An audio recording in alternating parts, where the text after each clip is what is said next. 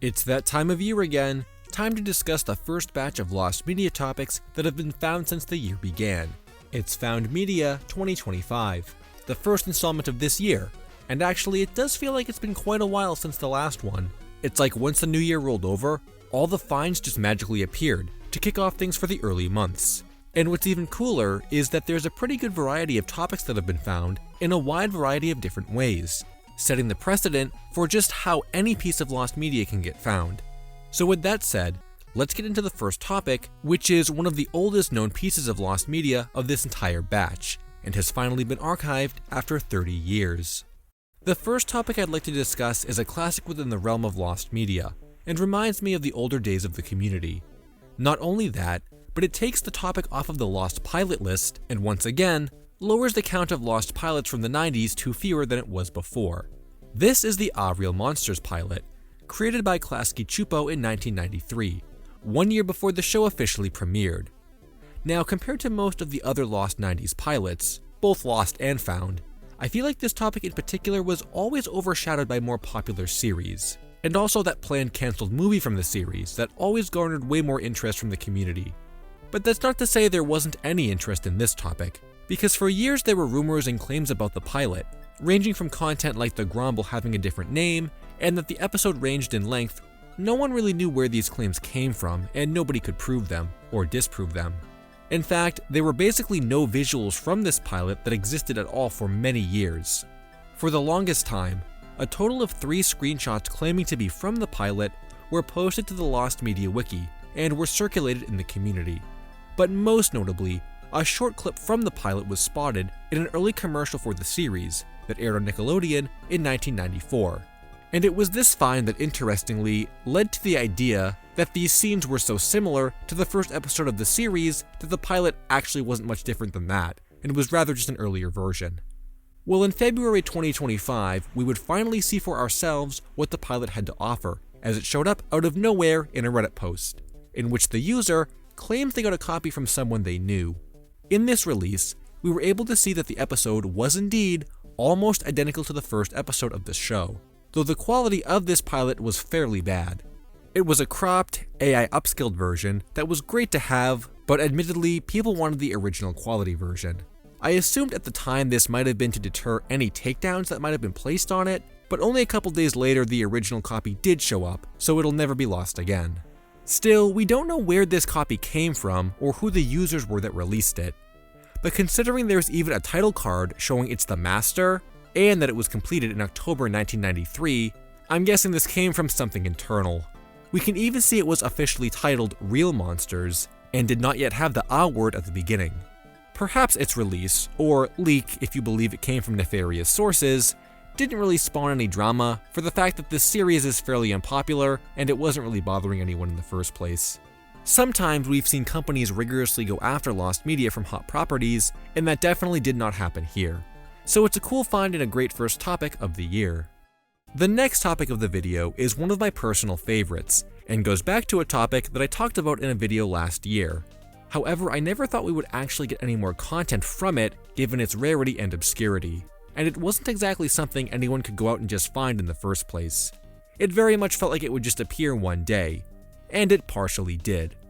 This is about the original prototype book of Captain Underpants, titled The Really Cool Adventures of Captain Underpants. This was a self-published small work created entirely by Dave Pilkey back in 1989, long before the series took shape as we know it today. The entire book is believed to be 48 pages long, and was sold locally around the Kent, Ohio area, meaning very few copies were made. It's speculated only about 25 to 50 were produced, and it wouldn't be until 2020 when the first well-known documentation of this book showed up. It came from a Reddit post that discussed its existence, though the unconfirmed details left some to wonder if this was an elaborate hoax and not actually an early piece of work. At this point in time, we had only seen the cover, and the user who posted it, named The Abiding Times, seemed to vanish when asked if he could post more of the inside, and nobody was able to contact them again. So ever since then, this was a topic that appeared, disappeared, and left a big mystery in its place. However, more evidence of the book's legitimacy would eventually resurface in the form of local articles where Pilkey discussed it, and most notably, a glimpse of the cover itself from a CBS Sunday Morning interview from 2017 that was found to exist. The version of the cover seen here is even colored, and had never been seen before, unlike the black and white version that was printed in the publication. So without a doubt, this did indeed prove that the book was legit, but the question remained as to if or when we would be able to see more of those inside pages. The Abiding Times even mentioned wanting to sell the book on eBay back in their original post, but as far as anyone could tell, that never happened, and there were no other copies of this that had resurfaced online. After I talked about the topic in my video, it kinda fell onto the back burner and everyone forgot about it, until March 2025. Out of nowhere, the Abiding Times came back to Reddit under a new username and shared a handful of scans from the inside pages. This is our first look at its contents, and right away we can see some differences from the final style of the book. Most notably to me is the fact that the villains are represented as having guns in one image, which is not something that would be acknowledged in the children's version, and the font used for the text looks more primitive too. It's a really cool first look at the content, but unfortunately it's not the whole book. We only have a handful of pages, as he says that because the book is copyrighted and there is even a page that shows it, he's not going to post the whole thing.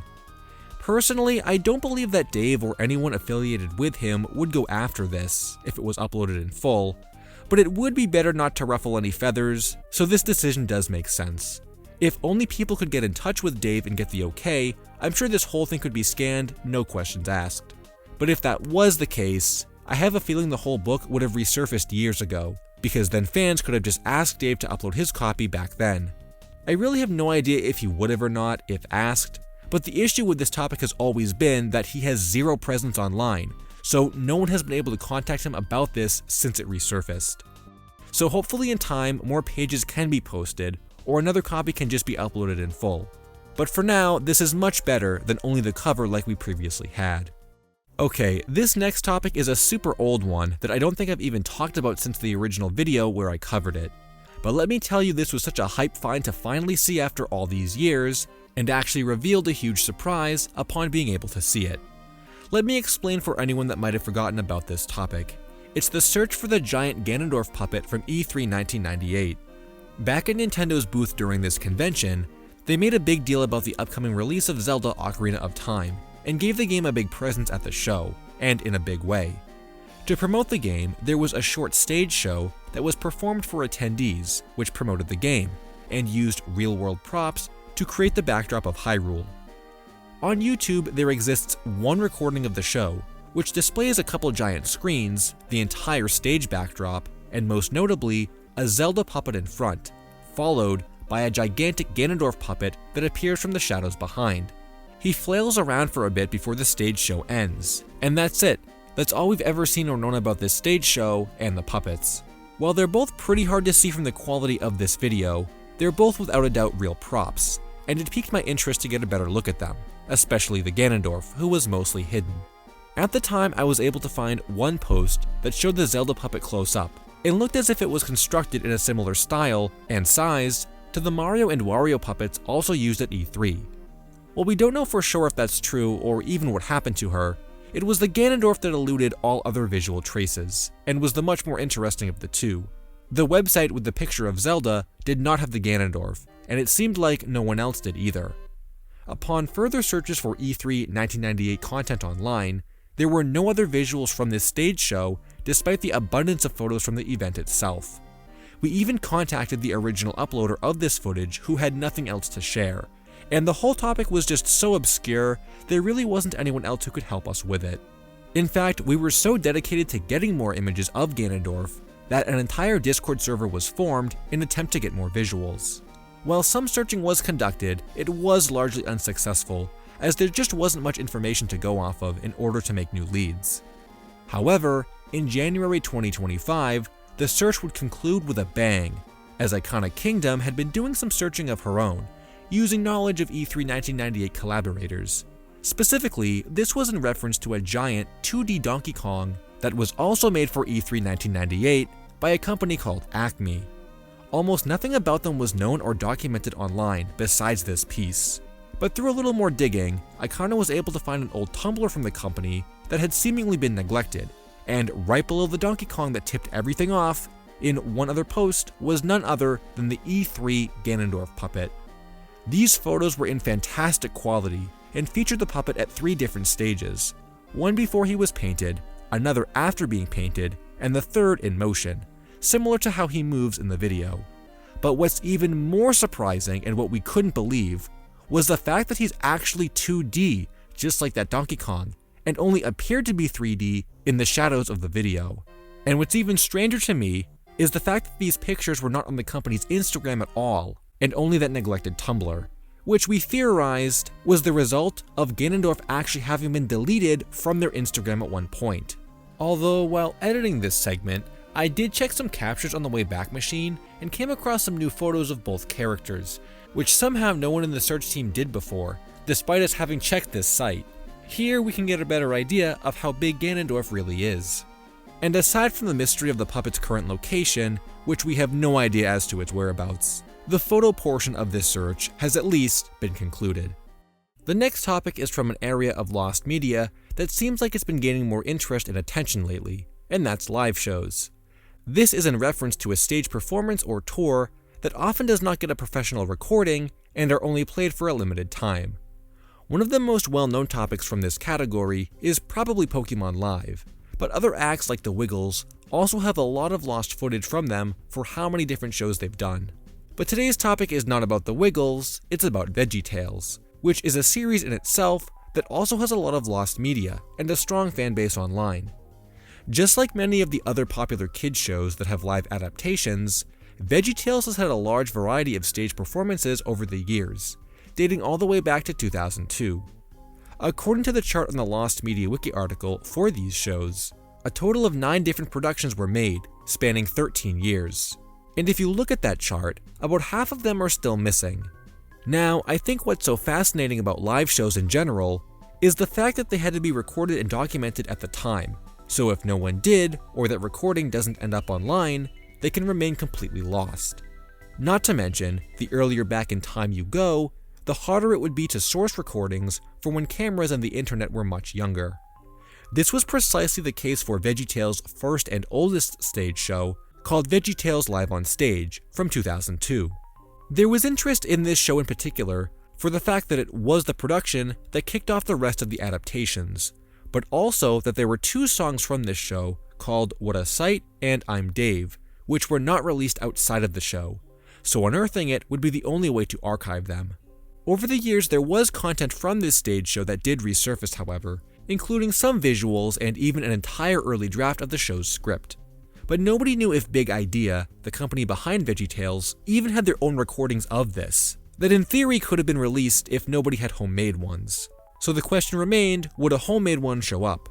And in February 2025, one indeed did. The Ultimate Unofficial VeggieTales channel uploaded the entire show in full, lasting more than 1 hour in runtime. This performance is from the Tulsa, Oklahoma show, though the entire tour ran from January to June 2002, so this is just one show of the many others they performed. But as far as we know, they all followed the same script, so it's not like there are dozens of show variations that need to be saved. This one seals the deal. It's also pointed out that this show has a Broadway feel to it, rather than the more concert-like format that later shows would take, making it even more original and desired in this way. It's great to see recordings like this show up from individual people, rather than having to rely on official iterations that might not exist at all, which means this could have remained lost in full otherwise. I'm sure you weren't expecting a piece of lost media to be on this list from 100 years ago, but indeed these discoveries do happen every now and then. While the most famous pieces of older lost media, like London After Midnight, remain missing, finding older and even more obscure content gives me hope that the more recognizable work will indeed show up. And this topic is a good example of that, while being really interesting in its own right. The story takes place at a film archive on Long Island, where mountains of film reels sit dormant, waiting to be properly scanned and preserved. A news report by NBC New York gives us a look at this facility and just how many films are at this location. Apparently, over the many decades this spot has been in operation, dozens and dozens of reels had been donated and collected, but not properly sorted or scanned. There are many unlabeled reels, and I'm sure over the years, the knowledge of what these contained became lost as well, considering just how many are here. This means that since the contents of the collection are not fully known, it would take some manual archiving to discover what truly lay among them. And that was when a summer intern named Dan came upon a reel while doing inventory and saved it from storage. The film found in this reel is called The Heart of Lincoln by Universal, and released in 1915, documenting what life was like during the Civil War. It's considered a historical piece and was lost for over 100 years. The Library of Congress even listed the film, along with 7,000 others, as being lost forever. And yet, a single copy showed up in a spot that nobody was expecting it to. This copy is believed to be the last one in existence, or at least it's the last known copy in existence. The film itself was reportedly to be in very good shape considering its age, and was digitized so it could not go missing again. There was even a mention in this report that the footage would be fully restored and some music would be added to it, giving it some flair so audiences could enjoy it in the modern day. What's most fascinating to me about the discovery of old silent films, or even just reels that are believed to be erased from history, is that you never know where or how a copy could just show up. Looking at the footage seen in this report, it shows how easily this type of media can just pile up and become forgotten about, especially considering you're dealing with decades and decades of content. I really do believe that even the most well-known lost films are hiding somewhere, we just haven't found that location yet. So even though something from so long ago that doesn't utilize any fictional characters might not interest some people, the way in which it was found can be appreciated by everyone who searches for lost media. And finally, the last and probably biggest piece of found media from 2025 is a topic I'm sure you've heard about by now. In fact, it sort of broke out of the lost media community itself and spread around to the wider internet, which has happened before with the likes of the Boondocks pilot and Everyone Knows That Song, so you could say this is a huge find just like those. And that was none other than the 1998 Family Guy pilot. Now, before we talk about the pilot itself, there is one other hugely important aspect to consider with this topic, and that's simply the knowledge people had about it. Unlike other lost pilots, or even just a generally obscure topic, the 1998 Family Guy pilot was not an unknown or secretive piece of lost media. In fact, the existence and documentation of this pilot had been known about for decades, with the largest portion of it having resurfaced from a 2003 official DVD. In this release, they actually put around 7 minutes of footage as a bonus feature, before cutting off the rest with a coming soon screen. But in addition to this, there were also short clips seen in an early promo for the show that aired on TV, and even some screenshots and audio that were adapted into promotional website content from back in the day. So like I said, it goes without saying that people definitely knew about this earlier version simply because of how much content from it had already been saved. The only question that remained was simply how the rest of it was going to be found. And the weird thing is, for as well known as this pilot had become over the years, as far as I can tell, there was never really a search conducted for it. Nobody set out and contacted all these different crew members who said they didn't have it, creating a giant community-wide hunt in the process. It just sort of existed, but no one really looked into it. And perhaps that's exactly why it was found in the way that it was. Believe it or not, this 1998 pilot that had been lost since then was already online and hidden in plain sight.